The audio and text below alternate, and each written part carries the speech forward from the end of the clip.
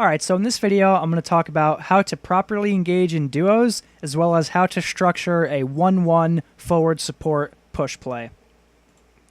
So in a second here, you'll notice these two players are about to roll up in a cart on me and my teammate.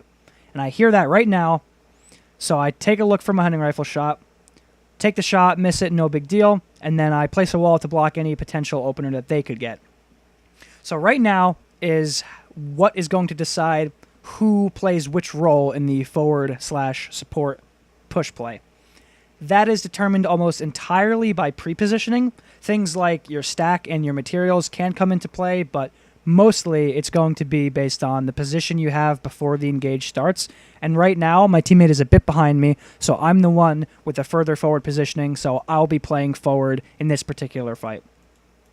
So what I do then is I try to get some forward positioning immediately because I see them go behind the car. I'm going to walk up, take some high ground because I see them come out of the cart. They're starting to split, so they're going to look for their opener now. My first attempt at the opener was the missed hunting rifle shot, and then I tried to block theirs immediately. So now I'm going to move forward and cover myself from their opener. I'm going to mess up my building just a bit here, but it doesn't matter too much. I'll build off to the side, place a wall, and take high ground position.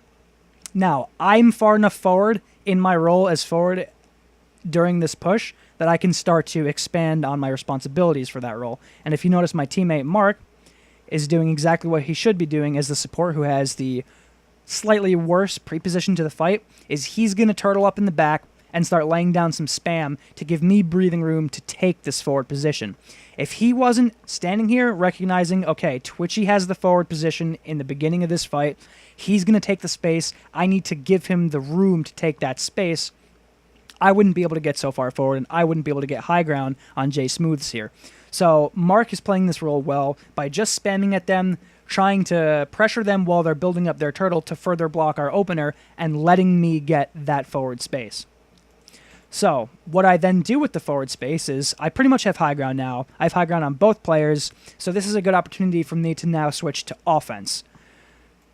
I do that by breaking this guy's wall, putting some damage on him, get a nice headshot on that, and I know his teammate is still low ground because I didn't see any other buildings and there were two people on the cart. So now I can push my position advantage on this J Smooths player. It's worth noting that Ocean Whales here made a pretty large misplay by basically doing nothing. If he did what Mark is doing now, by pressuring the furthest guy forward, I wouldn't be able to take that shot at J Smooths. I wouldn't be able to hold this forward positioning, and I might even take a lot of damage if he just blasts me. So you can see my teammate turtling up in the support position and laying a lot of spam down on their furthest player gives me this position and gives me the opportunity to do damage to J Smooths, and his teammate not taking that responsibility is the reason why I'm able to do that. So now, with this position advantage and HP advantage on J Smooths, I'm going to push in for the full commit. His teammate here could potentially knock me down, but it really doesn't matter because at this point I am far enough forward that I'll be able to get a full commit drop shot on J Smooths, and my teammate in the back is still pressuring any retaliation that he can do. Notice how my teammate also moves forward during this roll. He is not just camping there and spamming the entire time, leaving me to fight a 1v2, because that would be how we would lose this fight. My teammate moves forward between his support spam to also get positioning with me. So now back to me. I'm going to go for this drop zone full commit. You see Ocean Whales is trying to knock me down. It doesn't matter at this point. It's basically game over because I've already made all this space on the weak target. I'm going to drop off, anchor myself a bit there, draw my pump, get the headshot for a quick 1-2 combo. He goes down, and then immediately I'm going to go defensive to block Ocean Whales is up here shot. You can see the setup of the fight now. I just got the knock on J Smooths. Now I go defensive to block his teammate trading me. And my teammate up here, Mark, is railing him this whole time. He's putting pressure on Ocean Whales to not be able to full commit to me. Ocean Whales had 50 shield at the beginning of this fight, and he doesn't because Mark is playing his support role right, putting pressure on J Smooths, allowing me to get in and clean up the first kill, and now suppressing Ocean Whales so he can't trade me. So now I'm going to go defensive here, take a bit of high ground positioning, just turtle myself in so I can't take further damage from Ocean Whales. And if you notice, Mark is beginning to move forward here. filling that distance, that gap that he had initially had in the beginning of the fight opener. Now he's moving forward, so all I have to do is turtle around this guy, wait for my teammate to get here, and create the 2v1 scenario, and this is an easy fight for us. So now you'll notice I see this guy come around. He can't get any shots on me because of my defensive building. I switch to offense. I'm going to jump over his head. Oops. I'm going to jump over his head. And now, at this very moment, you'll notice that this guy is pinched in a 2v1. You see Mark's right here. Mark has high ground position on Ocean Whales. I'm over here. And I got an angle on him in the back. So this player is now in a 2v1. He has to look in 2 different angles at once. He's not able to do it because it's not possible. And he goes down pretty easily. So it's very important when structuring this one-to-one support push setup that your support player moves forward in the downtime. He doesn't just stand there and keep spamming. He needs to take space too, so that once you take the opportunity as the forward to get that first knock and create the 2v1, your teammate is close enough to actually participate in the 2v1 and get, that easy crossfire and kill the second player.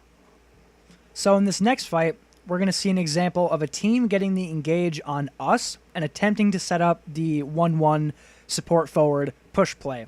And you'll be able to see how we poke holes in their plan and how we are able to counter it.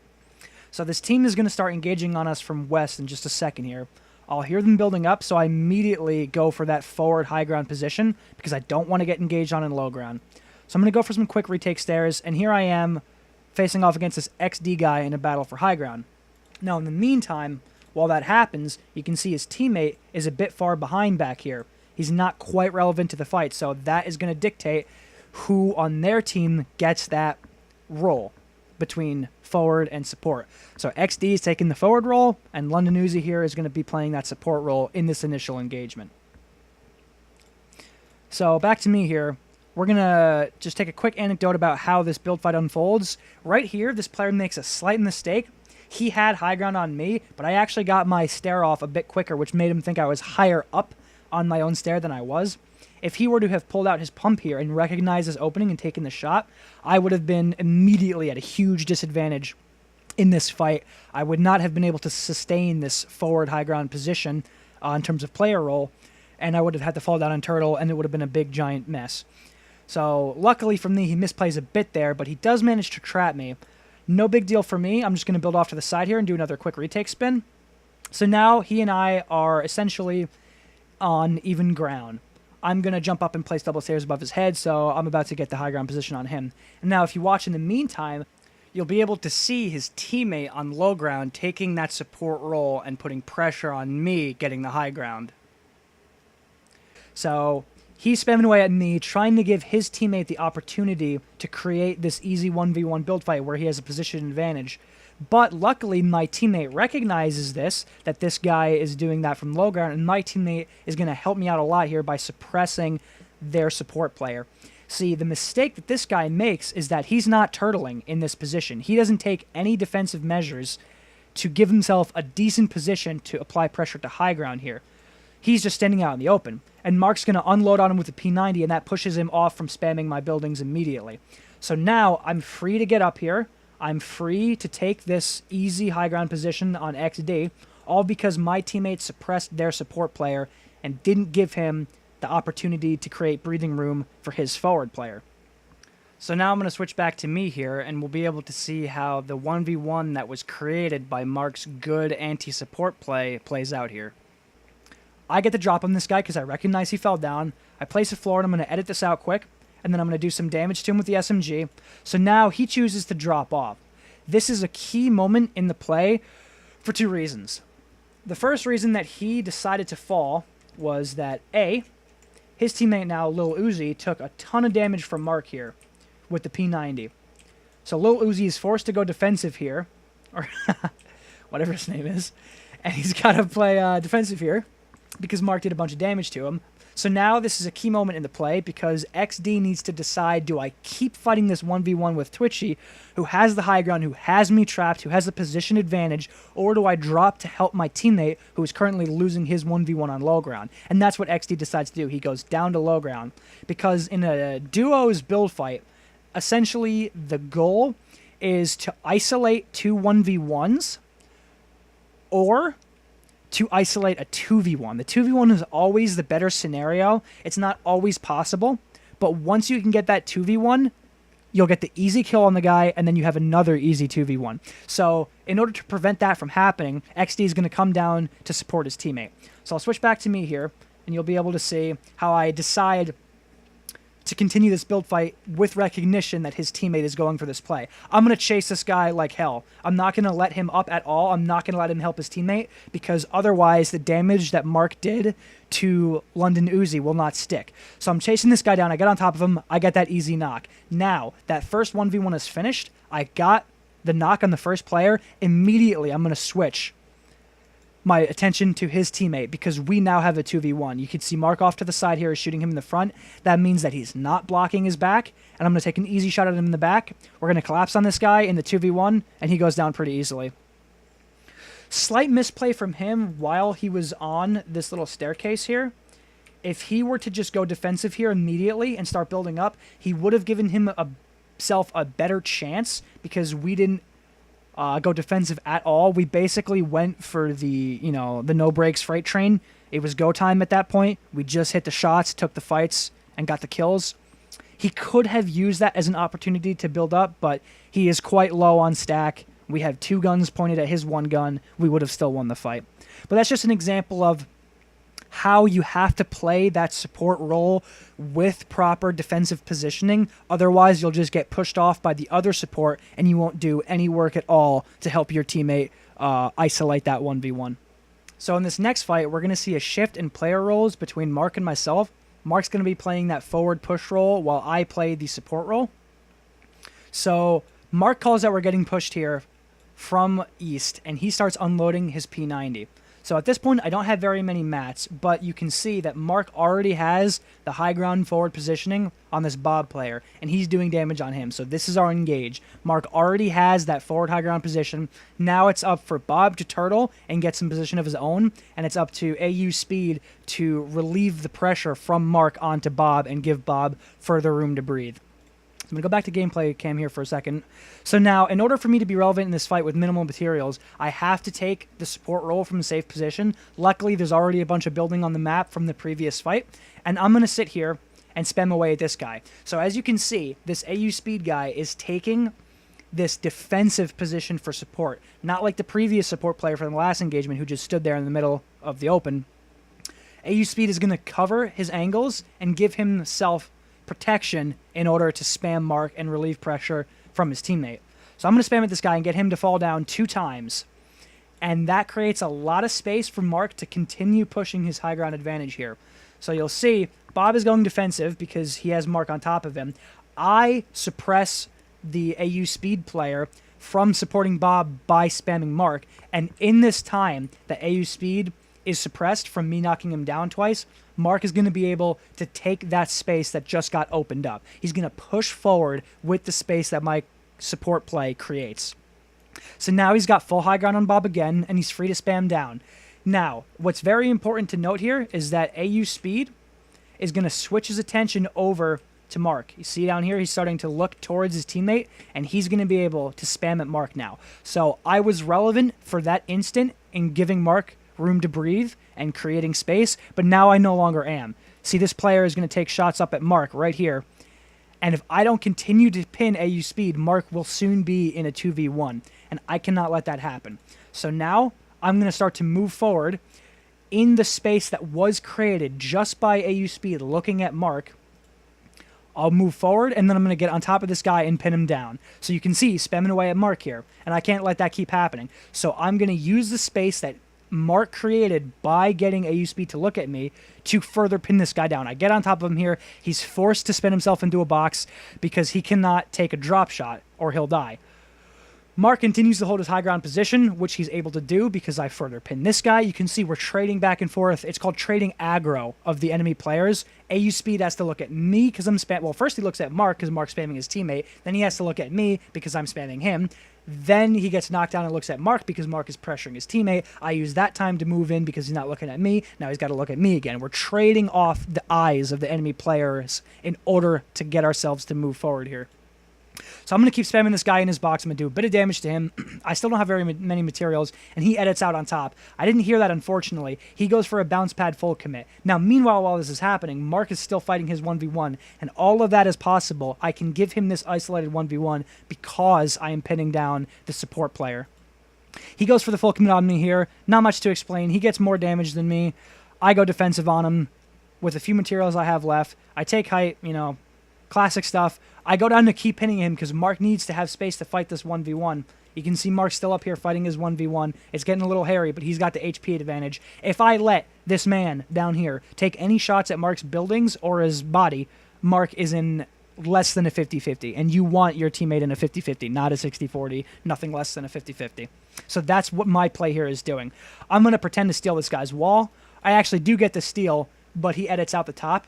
That's a scenario I'm putting him in. I'm telling him, okay, I'm going to take this wall. You can either tank a free edit peak for me, or you can edit out the top. Either way, I'm going to have a decent pre-aim on where you're going to be. So I know he's editing out the top because I can see him do it. I'm going to get a pre-aim on him, get the easy flick, and he's going to go down.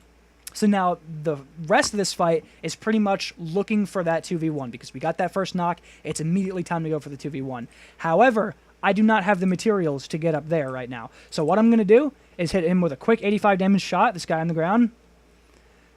Boom. And now that's going to put pressure on this man right here to come out to me. So essentially me knocking this guy was bait to pull out little Bob over here. So Bob's going to go for this bounce pad full commit onto me. You'll be able to see right here. He's going to come down from the high ground. And now, unfortunately, he's in the air with no protection. Me and Mark are just going to crossfire him with SMGs. I'm going to block any return fire, and he goes down. So that fight was a pretty good example of how you can trade aggro to take space, forcing the enemies to look here and then look there and look here and then look there. You can use that time when they're briefly distracted to move forward, and they won't be able to spam at you because they're preoccupied with your teammate who's taking their eyes. So here we are, getting engaged on yet again, and in this fight you'll be able to see the trading of roles between support and forward actually happen in real time. So these players are going to engage on us from south with explosives. So immediately I'm going for the forward position by default, but I get these clingers that I'm calling, I have to turtle on this. So now it's up to me to just kind of play defensive and not take too much damage from the explosives, and that means it's up to Mark to be able to relieve the pressure that these guys are putting on me. So I'll go into free cam here, and you'll be able to see how that happens. So I'm turtling, not taking much damage from this guy who's forward with the clingers and this guy who's the support player. Mark's going to get that high ground position, and he's going to spam down at the forward guy who's applying the pressure to me. This gives me room to breathe. Although Mark is taking damage from the support player down here because I'm not in a position to pin him because I'm getting opened on. So what's going to happen after that is Mark's going to switch to his defensive support role because he doesn't have the HP to keep playing forward, and I'm going to come out and take the forward position. You see Mark goes defensive, blocks him in from taking any further shots, and I'm going to get this forward position here. So now, in this scenario, I can choose between shooting this guy in the open, who's pushing furthest forward, or Cooling Bubble, who's going to place pressure on either of us to get set up to fight NG3. So I make the decision to shoot Cooling Bubble in the back, which is going to suppress him from potentially spamming Mark, and now Mark is going to take this 1v1 forward with NG3. So now I pin this guy from further supporting, and if you notice, this player, Cooling Bubble, did not move forward during the space he was creating, so now we're going to get a setup for a 2v1 onto NG3. And I'm railing him with a ton of damage. We now have huge health and position advantage on him, and Cooling Bubble is still just sitting there baiting. He doesn't take any forward ground while supporting, so he is basically throwing his teammate into a 2v1 scenario. Unfortunately, Mark gets killed by the spike trap, and I'm left in a 1vx scenario. That was very close to being very good play from us, but we made a couple mistakes. A couple shots were missed, like right here, I missed onto that guy. Now the storm's coming, so I've got to make a decision here. I jump pad out, Can I get on me here? Ooh, look at that flick. All right, so I jump pad out, do some damage to their support player, take some time to reshield while they're healing back up, and the rest of this fight is just going to be me going for 1vx. I could talk a lot about how 1vx works and how you can be successful with it, but I'll save that for another video. Essentially, this guy, if you notice Cooling Bubble, he's spamming again without any cover. I held my wall in, waited for this guy to reload, took a shot, missed it, no big deal. But again, Cooling Bubble is going to come out and spam without cover, so I'm going to do a lot of damage to him, and now I just created a super big opening that I can capitalize on. I push across, doesn't matter if they knock me down because I've already got the space. Got a quick 1-2 on that guy, wait for this guy to come up, and bam. He's dead. So yeah, I hope you enjoyed this video. I hope it sheds some light on how to engage in duos and how to properly trade aggro and play that support and push role and what you should actually be doing in those roles, and a little bit of insight to how to counter as well. So thanks for watching. Peace out.